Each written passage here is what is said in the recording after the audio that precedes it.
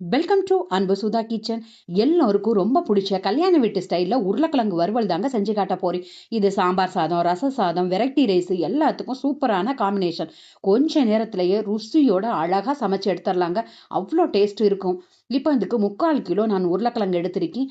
தோல் சீவாமல் நல்லா நறுக்கி கழுவி சுத்தம் பண்ணி குக்கரில் போட்டு ஒரு விசில் வச்சா போதும். உரிச்சு எடுத்து வச்சுக்கணுங்க.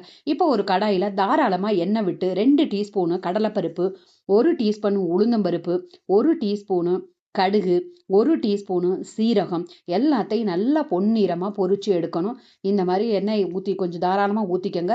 4 வரமிளகாய், 4 பச்சை மிளகாய் நடுவில் கீறி போட்டுக்கோங்க.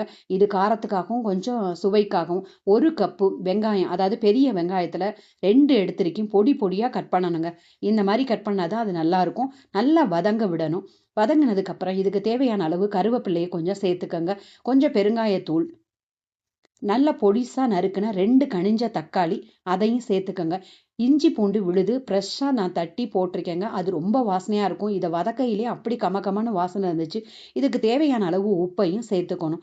இது நல்லா சுருண்டு வர்ற வரைக்கும் மிதமான தீயில வதக்கணும். 1/2 டீஸ்பூன் மஞ்சத்தூள், 1 டீஸ்பூன் மிளகாய்த்தூள், 1 டீஸ்பூன் தனியா எல்லாம் போட்டு நல்லா வதக்கணும்.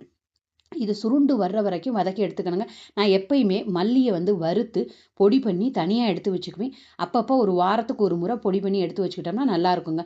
இப்போ இது கூட நம்ம வேக வச்சு உரிச்சு வச்சிருக்க உருளைக்கிழங்கையும் இது கூட சேர்த்துக்கணும்.